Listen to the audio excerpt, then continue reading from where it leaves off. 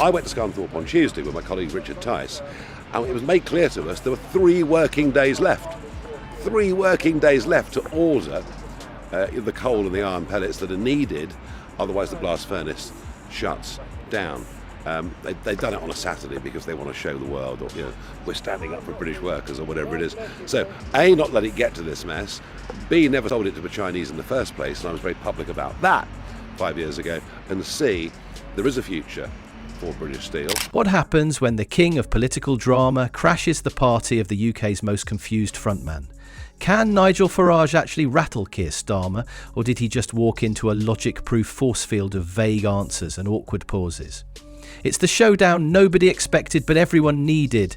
Farage came in hot, Starmer blinked like a deer in parliamentary headlights, and what followed was part debate, part comedy special. Trust me, this confrontation is messier than a Brexit breakfast buffet.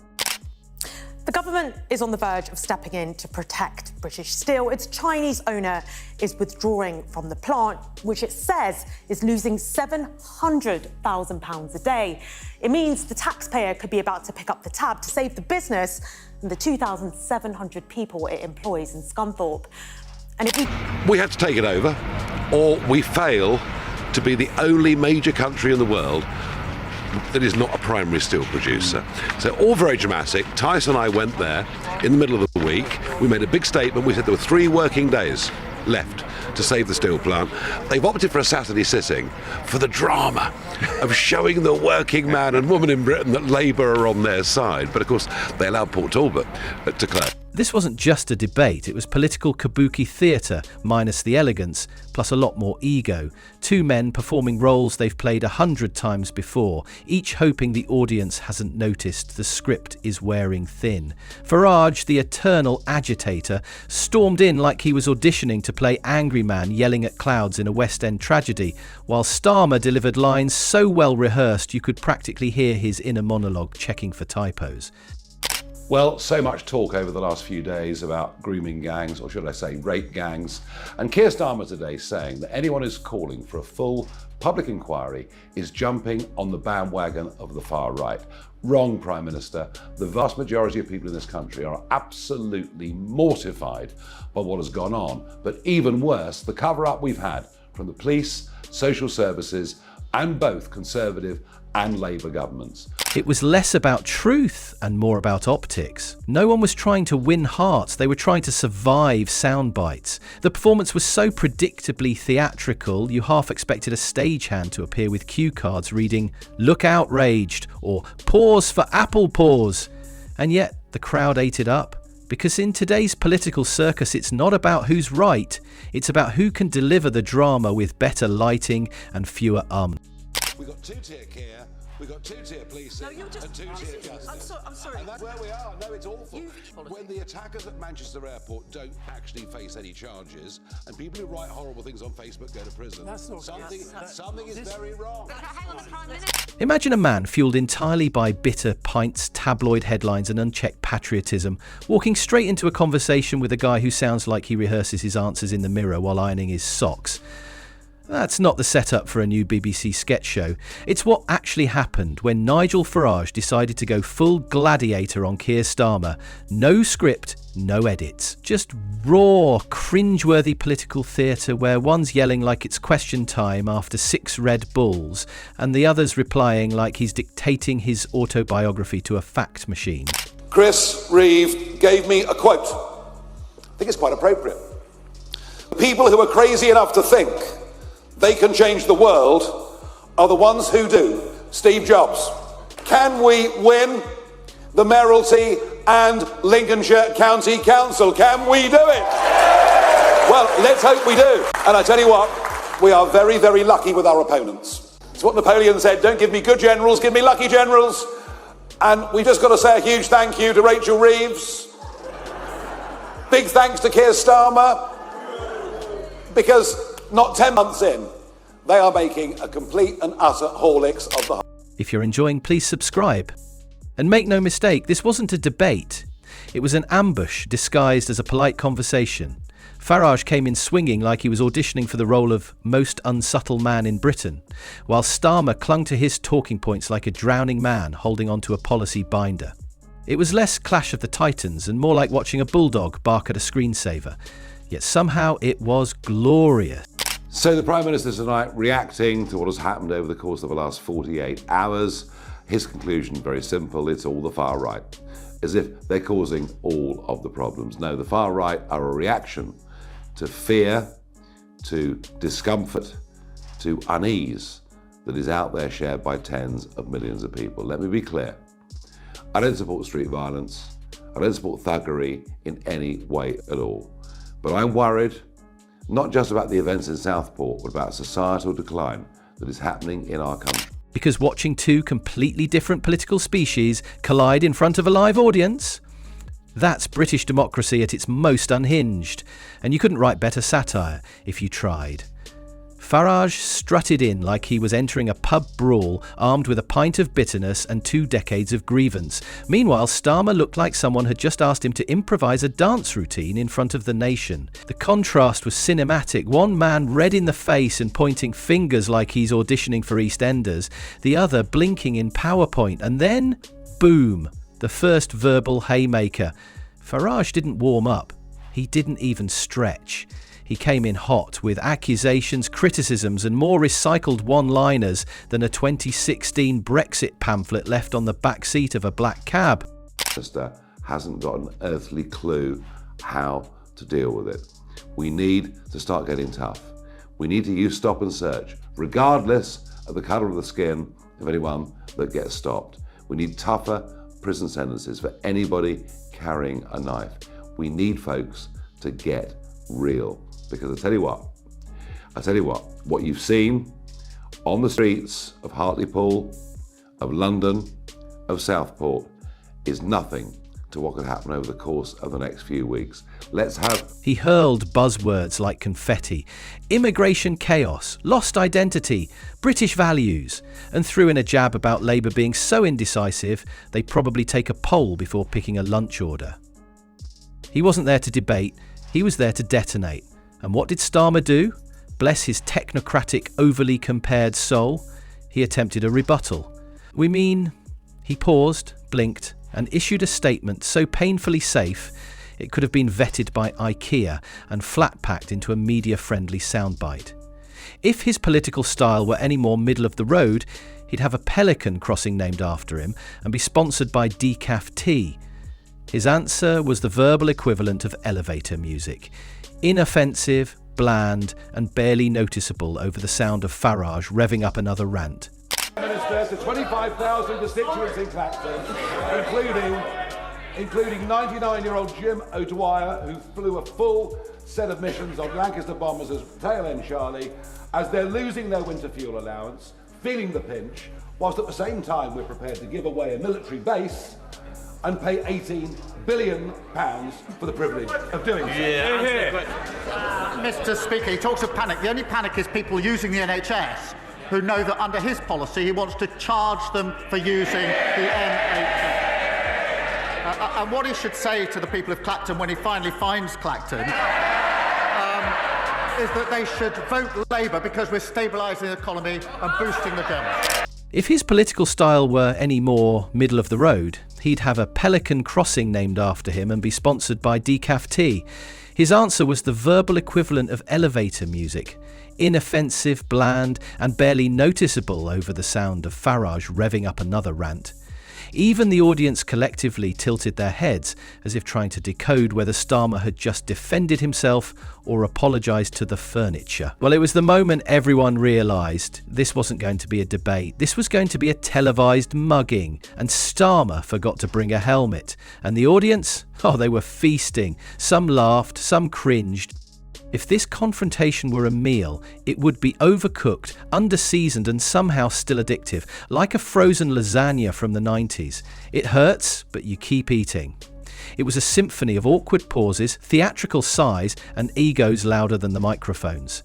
Now let's zoom in on the moment that really broke the internet. Farage slamming Starmer's legendary flip-flopping on Brexit. He didn't just criticise it, he detonated it.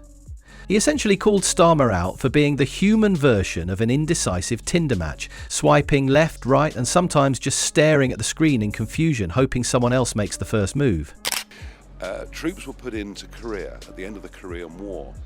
71 years later, there are still 25,000 American troops in Korea. If we're going to make a commitment to Ukraine, number one, the army isn't big enough. And number two, how long is it for?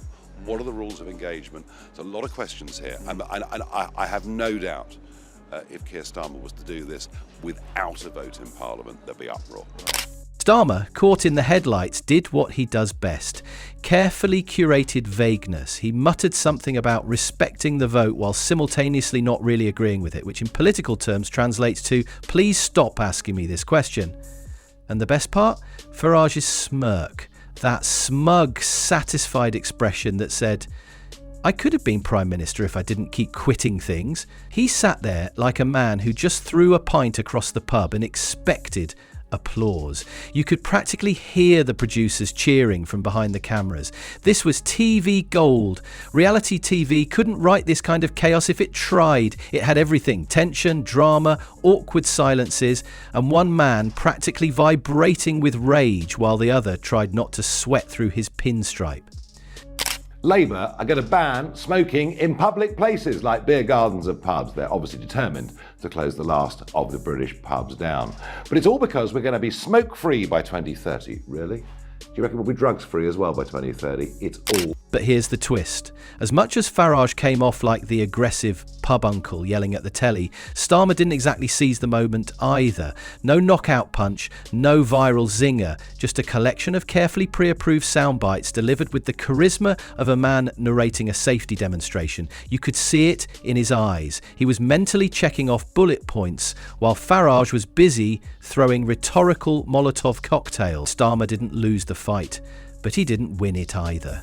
He just endured it, like a substitute teacher trying to regain control of a rowdy classroom without raising his voice. The result? A bizarre political standoff where the loudest man looked unhinged and the quietest looked asleep. This wasn't a debate, it was political kabuki theatre, minus the elegance plus a lot more ego. I think we all had a smile on Sunday when the honourable member said how cool it was to have the support of Musk, only for Musk to say it should be removed. Just a few hours later, that's the rough and tough of politics. And of course, we're looking at the question of funding more generally. Two men performing roles they've played 100 times before, each hoping the audience hasn't noticed the script is wearing thin. Farage, the eternal agitator, stormed in like he was auditioning to play angry man yelling at clouds in a West End tragedy, while Starmer delivered lines so well rehearsed you could practically hear his inner monologue checking for typos. It was less about truth and more about optics. No one was trying to win hearts, they were trying to survive sound bites. Because in today's political circus, it's not about who's right. It's about who can deliver the drama with better lighting and fewer ums. Farage thrives in these moments. He lives to provoke. If political chaos were a cryptocurrency, Farage would have mind enough to buy Twitter from Elon Musk just to rename it Great Britain again. He knows how to trigger a reaction, and he did. He made headlines, sparked hashtags, and left Starmer looking like he just remembered he left the oven on. But here's where it gets rich. Farage didn't actually offer a solution, just anger, lots of it. He could power a wind turbine with the sheer force of his indignation. His solution to every problem is to just yell, Britain, louder. Starmer, meanwhile, is allergic to taking a firm stand unless it's on whether tea should be stirred clockwise. Yesterday we witnessed some extraordinary celebratory scenes outside Britain's prisons where in some cases serious career criminals were released. And this to make way for, yes, rioters, but equally those who've said unpleasant things on Facebook and elsewhere on social media. Does the Prime Minister understand? There is a growing feeling of anger in this country that we are living through two-tier policing and a two-tier justice system. And here's the kicker, Starmer let him. He let Farage dominate the tone, the tempo, the temperature. Farage was the fire, Starmer was the damp sponge. Even when Starmer had a decent point about funding or policy or the general concept of not turning the UK into a nationalist fever dream, he delivered it with the passion of a printer manual. And then the pièce de résistance, The closing statements. Farage, full dramatic mode, declared that the nation needs bold voices, not bureaucratic waffle. Meanwhile, Starmer, ever the diplomat, managed to thank everyone for their time without saying a single thing that would offend even the most fragile of garden gnomes. It was a masterclass in passive resistance. He avoided every trap, every baited insult, every chance to clap back, and in doing so, he accidentally proved Farage's point. That Labour under his leadership has the emotional charge of a bowl of lukewarm porridge. But the story doesn't end there, and yet somehow both men walked away thinking they won. But let's peel back the curtain. This wasn't about policy. This was about theatre. Farage knew what he was doing. He wanted to provoke, to ignite, to stir. Starmer knew it too, but he came armed with a rule book instead of a rebuttal. It's like trying to defuse a bomb using origami instructions. And that's the tragedy of it all. Not that Farage yelled, not that Starmer didn't, but this is the state of political discourse in Britain. A rage-fueled showman on one end and a risk-averse technocrat on the other. And while Farage threw punches, Starmer tried to play chess, except his pieces were all policy documents and the board was on fire. He tried to pivot to serious leadership, but in a room with Farage, that's like bringing a Sudoku puzzle to a fireworks display. Then came the audience questions. You'd think Starmer could shine here, right? Except his answers were so carefully measured, you could use them to calibrate a lab instrument. Starmer less in control, having this lady seemingly calling the shots and earning more money, or not? Oh, I don't really think Starmer's in control at all. I mean, to be in control, you have to believe in something. I'm not sure he actually believes in anything. Well, he's going to continue to get it from us, I'm afraid. Frockgate, let's move on. Have you ever worn a donated suit, Nigel Farage? No, I don't think I have, actually. I've obviously missed out. Yeah. Look, I don't mind him getting tickets and a private box at the Arsenal. I understand that. If that's his genuine passion, I think as Prime Minister, he deserves it. What makes this confrontation so ridiculous is that it didn't change anything. It just reinforced what we already knew. Farage is loud, divisive, and thrives on drama. Starmer is cautious, calculated, and allergic to charisma. It's like watching a lion roar at a PowerPoint slide. So what's next? Farage will keep popping up, yelling about borders and flags and why Britain isn't British enough. He might run for something. He might quit halfway through again. Who knows? Starmer will keep refining his messaging, trying to sound firm while avoiding offence. He'll tweak speeches, adjust strategies. But keep blinking like he's trying to process his own policies in real time. Meanwhile, Britain remains trapped in the middle, a political landscape so tired it's running on sarcasm and memes. A place where being loud gets more attention than being right, where Farage can hijack the headlines with a raised eyebrow, and Starmer can vanish in plain sight by simply speaking in complete sentences. And yet, deep down, you can't look away. It's too entertaining, too bizarre, too painfully British. One man yelling with the confidence of someone who's never had to implement a single policy. The other is talking like he's worried his opinion might offend a lamppost. The irony is thick enough to spread on toast. I would just promise the Labour government one thing. This issue caused great pain to the Conservative Party and it impacted in the general election. This issue of illegal migration and the crime that it leads to, which is a conversation that's barely started in this country, but a conversation that in France and Germany is now very big, will do massive damage to Labour's electoral chances. You're going to have to get tough, and I'm afraid your leader is going to have to rethink his position on the ECHR. Thank you.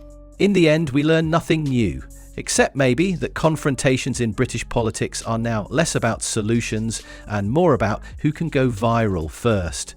Farage wins the noise war. Starmer wins, well, a LinkedIn endorsement for professionalism maybe.